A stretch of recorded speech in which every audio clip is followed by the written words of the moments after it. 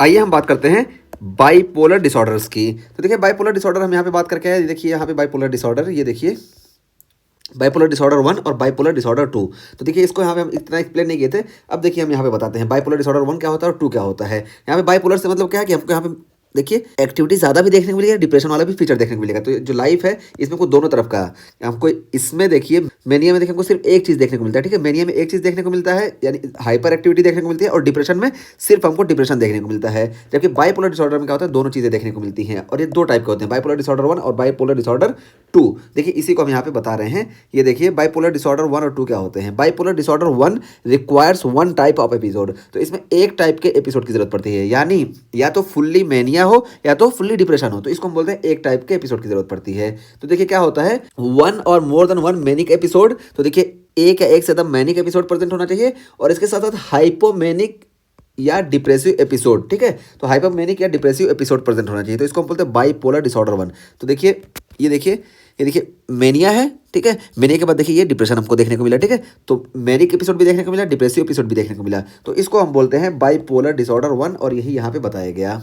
और इसमें जो है हमको हाइपोमेनिया भी देखने को मिल सकता है। तो डिप्रेशन देखने को मिला, हाइपोमेनिया देखने को मिला, ठीक है, फिर हमको मेनिया देखने को मिला, फिर डिप्रेशन देखने को मिला, तो ये हमारा बाइपोलर डिसऑर्डर 1 होता है। तो बाइपोलर डिसऑर्डर 1 में क्या है, मेन चीज़ है कि यहाँ पे मेनिया भी प्रेजेंट होना चाहिए और डिप्रेशन भी प्रेजेंट होना चाहिए। तो ये चीज़ हुई, और हो सकता है मेनिया के साथ हाइपोमेनिया भी प्रेजेंट हो, तब भी इसको हम बाइपोलर डिसऑर्डर 1 बोलेंगे। अभी हम कंफ्यूज नहीं कर रहे हैं, अभी हम यहाँ पे जब इसको बताएंगे तो ये क्लियर हो जाएगा और ज़्यादा। तो ये हो गया हमारा बाइपोलर डिसऑर्डर 1, और यहाँ पे देखिए may be separated by any length of time. तो यहाँ पे जो ये सेपरेशन है ना, ये टाइम कितना भी ड्यूरेशन हो सकता है, कि मतलब डिप्रेशन देखने को मिला, फिर हमको कुछ देर बाद फिर मेनिया देखने को मिला, फिर कुछ देर बाद फिर देखिए हमको डिप्रेशन देखने को मिला। तो यहाँ पे जो बीच का गैप है ना, ये कितना भी हो सकता है, इससे हमको कोई रोक टोक नहीं है।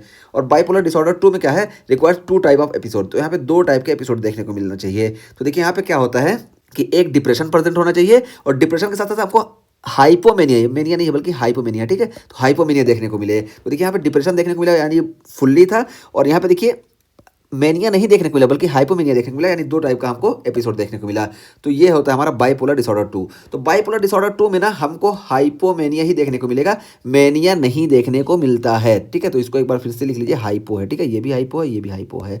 तो बाइपोलर डिसऑर्डर 2 में हमको मेनिया नहीं देखने को मिलता है, सिर्फ हाइपोमेनिया और डिप्रेशन देखने को मिलेगा। जबकि बाइपोलर डिसऑर्डर 1 में हमको मेनिया देखने को मिलेगा। अगर कहीं भी हमको मेनिया देखने को मिल रहा है तो हम फौरन समझ जाएंगे कि वो बाइपोलर डिसऑर्डर 1 है, ठीक।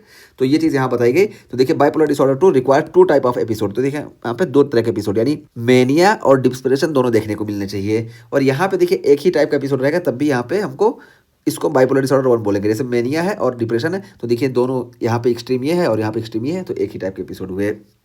और ये देखिए फिर यहाँ पे क्या बताया गया कि a hypomanic and a depressive episode. तो यहाँ पे हमको हाइपोमेनिक, ये देखिए हाइपोमेनिक और डिप्रेसिव एपिसोड देखने को मिलते हैं, और no history of manic episode. यहाँ पे मैनिक एपिसोड नहीं होगा, तो जब मैनिक एपिसोड नहीं होगा तो इसको हम बाइपोलर डिसऑर्डर 2 बोलेंगे, ठीक। तो ये चीज़ हुई। अब देखिए क्या होगा, patients mood and functioning usually normalise between episode.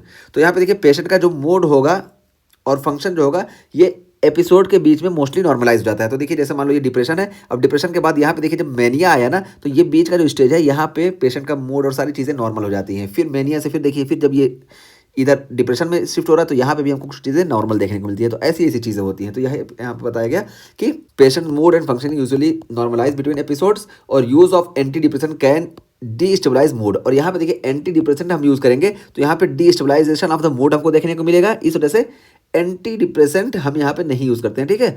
और हाई सुसाइड रिस्क यहाँ पे हमको देखने को मिलता है। और ट्रीटमेंट की बात करें तो देखिए एटिपिकल एंटी साइकोटिक यहाँ पे यूज़ करते हैं, ठीक है। तो एंटी डिप्रेसेंट हम इसी वजह से नहीं यूज़ करते हैं क्योंकि यहाँ पे हमको डिस्टेबलाइजेशन ऑफ द मूड देखने को मिल सकता है, ठीक है, बहुत ज़्यादा रिस्क होता है, और इसमें सुसाइड का रिस्क बहुत ज़्यादा होता है। इस वजह से यहाँ पे हम ट्रीटमेंट में एटिपिकल एंटीसाइकोटिक देते हैं और मूड स्टेबलाइजर देते हैं, ठीक है। मूड स्टेबलाइजर में हमारे पास जैसे लिथियम है, लेमोट्रिजीन है, और वेल्पोरेट है, और कार्बामाजेपिन है, ठीक है। तो ये सारे हमारे मूड स्टेबलाइजर हैं, और मूड स्टेबलाइजर में हम लिथियम को सबसे ज़्यादा देते हैं, ठीक है। तो देखिए mood stabiliser with anti suicidal role हमको देखने को मिलता है लिथियम में। और यहाँ पे हमको मालूम है कि बाइपोलर डिसऑर्डर में देखिए हाई सुसाइड रिस्क होता है, इस वजह से लिथियम को हम ज़्यादा प्रीफर करते हैं।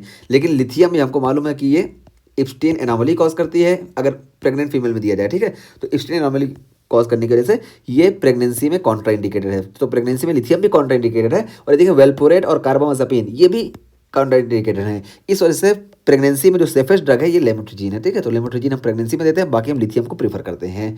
और लिथियम के बाद हम सेकंड लाइन ड्रग जो देते हैं लेमोट्रिजीन, फिर वेल्पोरेट, फिर कार्बामेजिन। तो ये हमारा ट्रीटमेंट हो गया। और ट्रीटमेंट में देखिए इसको हम कैसे याद रखेंगे कि a little less variable character. तो a little less variable character से याद रखेंगे कि ए टिपिकल एंटीसाइकोटिक देते हैं हम, और फिर उसके बाद मूड स्टेबलाइजर में हम लिथियम, लेमोट्रिजीन और वेल्पोरेट और कार्बामाजेपिन देते हैं। तो ये हो गए हमारे ड्रग्स की बात। अब उसके बाद फिर देखिए यहाँ पे बात किया है साइक्लोथीमिक डिसऑर्डर की। तो साइक्लोथीमिक डिसऑर्डर क्या होता है, तो यहाँ पे देखिए ये जो एपिसोड है ना, यहाँ पे इतना ज़्यादा नहीं होगा बल्कि कम रहेगा। ये देखिए यहाँ पे दिखा है कि देखिए एपिसोड जो है ऐसे रहेगा, यही यहाँ पे बताया गया कि milder form of bipolar disorder fluctuating between mild depressive and hypomanic symptoms. तो देखिए माइल्ड डिप्रेसिव और हाइपोमेनिक सिम्टम ये इस तरह जो रहेगा, तो इसको हम बोलते हैं साइक्लोथीमिक डिसऑर्डर। और ये क्या है, मस्ट लास्ट 2 ईयर्स, ठीक है, 2 या 2 साल से ज़्यादा होना चाहिए, तब इसको हम बोलेंगे साइक्लोथीमिक डिसऑर्डर। और symptom present at least half of the time, और इसमें भी ना हाफ ऑफ द टाइम में सिम्टम को देखने को मिलेंगे। मतलब 2 साल का क्राइटेरिया, तो 1 साल तो कम से कम सिम्टम देखने को मिले। और क्या है, with any remission lasting less than 2 और इक्वल टू 2 मंथ, ठीक है। तो यहाँ पे देखिए जो रिमीजन है ना, यानी यहाँ पे देखिए ये जो साइक्लिक है ना, ये साइक्लिक चेंज, ये 2 महीने से कम टाइम में साइक्लिक चेंज हो जाना चाहिए, तब जाके इसको हम साइक्लोथीमिक डिसऑर्डर बोलते हैं। तो हम साइक्लोथीमिक डिसऑर्डर बता दिए कि यहाँ पे जो ये बाइपोलर डिसऑर्डर होता है इसकी माइल्डर फॉर्म होती है, लेकिन ये 2 साल से ज़्यादा होना चाहिए, और वो भी हाफ टाइम में हमको इसके सिम्टम देखने को मिलना चाहिए। और ये जो इसका साइक्लिक चेंज है ना, ये 2 महीने से कम टाइम में ही ये फ्लक्चुएट होना चाहिए, तो इसको बोलते हैं साइक्लोथीमिक डिसऑर्डर। तो ये हमारा बाइपोलर डिसऑर्डर का भी टॉपिक कंप्लीट हुआ, साइक्लोथीमिक डिसऑर्डर इसमें कंप्लीट कर दिए। और बाइपोलर डिसऑर्डर में देखिए फिर से हम बता दें कि हम 1 तब बोलेंगे जब हमको मैनिया देखने को मिलेगा, ठीक है। तो मैनिया के साथ हो सकता है हमको डिप्रेशन देखने को मिले, और हो सकता है मैनिया के साथ हमको हाइपोमेनिया भी देखने को मिले, ठीक है। तो मोस्टली मैनिया के साथ हमको डिप्रेशन देखने को मिलता है। तो बात क्या है कि अगर मैनिया प्रेजेंट है तो वहाँ पे हम उसको बाइपोलर डिसऑर्डर 1 ही मानेंगे, और बाइपोलर 2 डिसऑर्डर में हमको मैनिया एब्सेंट देखने को मिलता है, हाइपोमेनिया देखने को मिलता है। इससे हम यहाँ पे इसको फाइंड कर लेंगे। और यहाँ पे बताया गया कि ये जो साइक्लिक चेंज है ना, इस दौरान पेशेंट नॉर्मल रहता है, और इसकी ड्यूरेशन कितनी भी लंबी हो सकती है। यानी आदमी को मान लो डिप्रेशन हुआ, डिप्रेशन के बाद ये 2-3 महीने तक इसको कोई सिम्टम नहीं देखने को मिले, उसके बाद फिर हमको मैनिया देखने को मिले, तो ऐसा भी हो सकता है, ठीक। तो ये हो गया बाइपोलर डिसऑर्डर। अब आगे हम बात करेंगे मेजर डिप्रेसिव डिसऑर्डर की।